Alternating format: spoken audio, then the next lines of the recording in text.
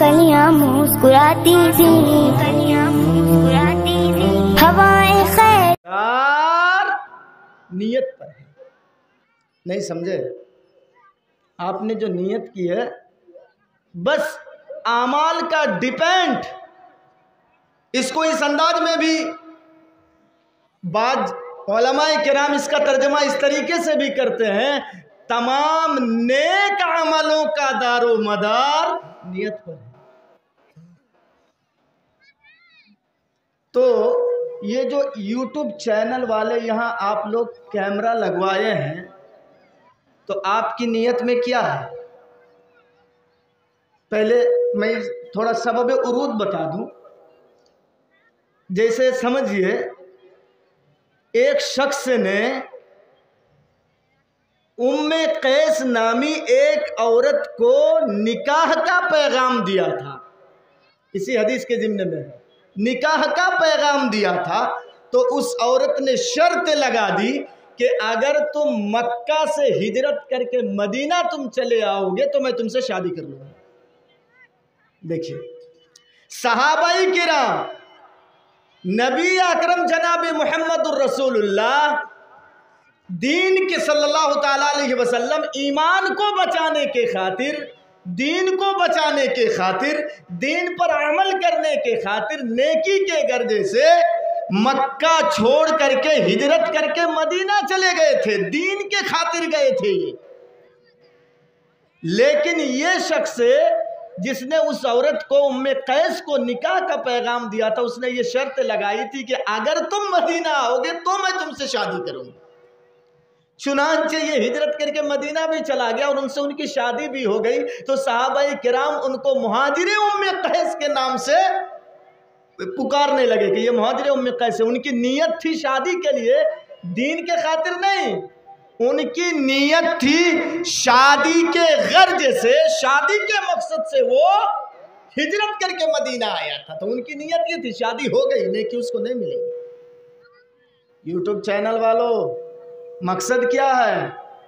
दीन की बातों को फैलाना। बहुत अच्छा काम है, बहुत अच्छा काम है। मैं बहुत मजबूरी के ऊपर आज मैं बोल रहा हूँ, बहुत अच्छा काम है।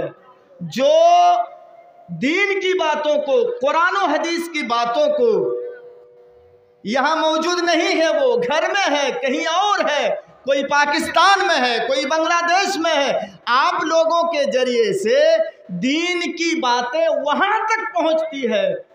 अल्लाह करे, हिदायत का मालिक अल्लाह है। कुरान और हदीस की बातें सुन करके अगर कोई हिदायत हो जाए तो ये बहुत बड़ी नेकी का, ये बहुत नेकी का काम है मेरे भाई।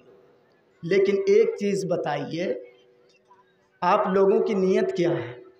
हेडिंग में आप लोग क्या डालते हैं? याद रखिए, अहले हदीस के बड़े बड़े उलमा जो जेल में गए हैं, याद रखिएगा मेरे भाइयों, इनमें आधा हाथ इन चैनल वालों का है। ये जो हुकूमत के ऊपर जब बोलते हैं, आप लोग जो काट काट करके उसको दिखा रहे हैं और हेडिंग ऐसा डालते हैं, सियासी नेताओं के साथ मौलवियों को, मुकर्रिरों को जो आप लोग जोड़ देते हैं सियासी नेताओं के साथ और हेडिंग लिखते हैं, मौलाना ने इनको धो डाला। अब देखने वाला देख करके कहेगा अरे क्या बोला, वो टच करेगा। आपकी नियत है टच करना। वो जब टच करेगा और जितने लोग उसको देखेंगे उससे आपकी कमाई है, आपकी कमाई होती है उससे। दूध तो आप लोग बेच रहे हैं लेकिन पानी मिला के बेच रहे हैं, इससे आपको नेकी की उम्मीद मत रखिए। दूध आप लोग बेच रहे हैं लेकिन पानी मिला के बेच रहे हैं, इससे नेकी की उम्मीद मत रखिए। पर्दे के ऊपर मैंने तकरीर की, नंगी लड़की का फोटो आप लोगों ने लगा दिया। सुनिए मेरे भाइयों, 2 रुपये कमाने की चक्कर में किसी की जिंदगी से खिलवाड़ मत कीजिए, किसी की जिंदगी से खिलवाड़ मत कीजिए। मैं हाथ जोड़ के अपील कर रहा हूं, आप 2 रुपये कमाने की चक्कर में किसी की जिंदगी से आप खिलवाड़ मत कीजिए। आपको अच्छा लगेगा किसी की माँ रात में तहज्जुद में तहज्जुद की नमाज में बैठ के हाथ उठा के रोएगी। आप 2 रुपये कमाएंगे, आपको अच्छा लगेगा? किसी की बेटी रो रही है बाप के खातिर, किसी का बेटा रो रहा है बाप के खातिर, जेल में बाप है, माँ रो रही है, बीवी रो रही है, बेटा रो रहा है, बेटी रो रही है, आपको अच्छा लगेगा? दीन का काम अगर आप लोग करेंगे, नीयत खालिस कीजिए, नीयत खालिस, और अच्छी चीज आप डालिए।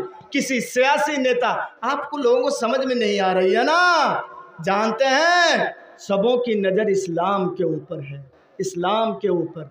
इतने पीछे लोग पड़े हुए हैं, फिर भी हम लोगों को अकल नहीं आती है। 2 रुपये कमाने के चक्कर में किसी की ज़िंदगी से खिलवाड़ मत कीजिए मेरे भाई।